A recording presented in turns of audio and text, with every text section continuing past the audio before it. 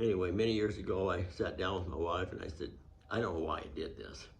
I said, I got this dream. I want to build this car. I won't have what it takes when I'm 65 to do it. She said, go for it.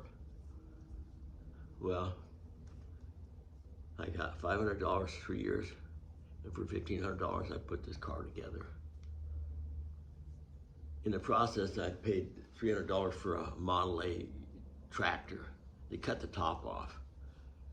The cows had shoved their horns in the radiator. So I had a bucket in the car. I said, let's take this car for a drive. And she said, you want me to sit back? Yes. Why? Never mind. Get in, hurry up.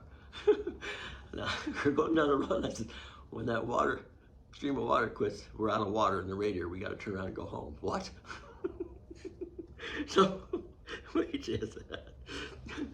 Anyway, your dad, Dyke, and I put that 29 Roadster together, all in primer, no interior. And I said, okay, we're ready to take it for a ride. We drive around the block, and he said, don't finish it. I won't finish it. I'll put it in the shed, cover it up until I'm 65 and be ready to finish and easy to do. We went around the block, and she said, finish it. She loves that car.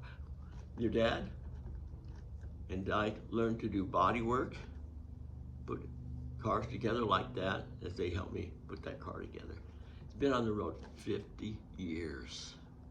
We took it back to Iowa to high school reunion. In 2000. We drove the car 3,000 miles. I got an invite from my high school, and she said, how'd you like to go back in the Roadster? I put my head down.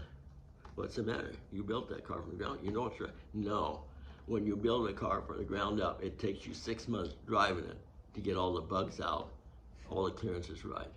But if you want to go, I'll put tools in the trunk, but we might want to take a tent in case we break down in the mountains somewhere. We slept on picnic tables, and on the way home, I had a tire go out, and I said, Chet, I haven't done anything stupid. This is not my fault. And he goes, I wondered how long that thing was going to last. Junkyard tire. And when it blew, just sent it us on a damaged the fender. 2,000 whatever million miles of driving on iffy tires. Tire had a plug in the sidewall, which is how we fixed them in those days. Anyway, we drove that car 3,000 miles. We pulled in a little country town. They said, you got the oldest car. How would you like to take the Parade Marshal? No, Parade Marshal. Well, the Parade Marshal was a Catholic, none of the Catholic. The town was 75% Catholics. And my best friends were Catholics. Even my girlfriends were Catholics.